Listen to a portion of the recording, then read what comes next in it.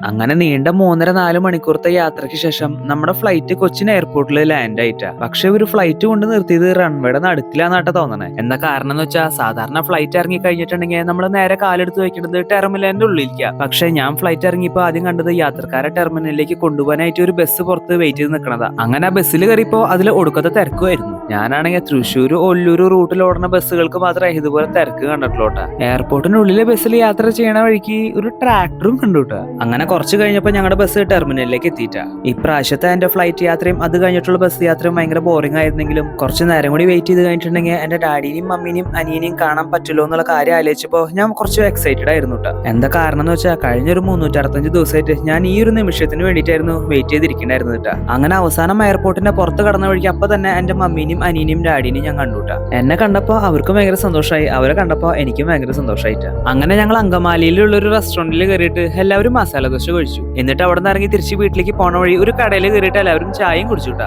ഈ ഭക്ഷണമൊക്കെ മേടിച്ചു കൊടുക്കാന്ന് പറഞ്ഞിട്ടുണ്ടെങ്കിൽ അത് എന്റെ ഒരു ലവ് ലാംഗ്വേജും കൂടി ആട്ടാ. അതുകൊണ്ട് തന്നെ എനിക്ക് ഏറ്റവും കൂടുതൽ ഇഷ്ടമുള്ളവർക്ക് എന്തോരം ഭക്ഷണം മേടിച്ചു കൊടുത്താലും എനിക്ക് മതിയാവില്ല കേട്ടാ. അപ്പൊ അങ്ങനെ ഞങ്ങൾ ദോശയും കഴിച്ചിട്ട് ചായയും കുടിച്ചിട്ട് തിരിച്ച് വീട്ടിലെത്തിയപ്പോ ഏകദേശം രാത്രി ഒരു 11 മണി ആയിട്ടുണ്ടായിരുന്നു. വീട്ടിലാണെങ്കിൽ ഡാഡി സ്റ്റാറും പിന്നെ കുറച്ച് മാലവളവൊക്കെ ഇട്ടിട്ടുണ്ടായിരുന്നു കേട്ടോ. എന്തായാലും വീട്ടിലെത്തിയ സ്ഥിതിക്ക് വേഗം പോയിട്ട് കിടന്നുറങ്ങിയിട്ട് നാളെ കാലത്ത് നേരത്തെ എണീറ്റിട്ട് വേണം ക്രിസ്മസിന്റെ പുൽക്കൂട് ഉണ്ടാക്കാനായിട്ട്. അപ്പൊ നമുക്ക് എന്തായാലും അടുത്ത വീഡിയോയിൽ കാണാട്ടാ.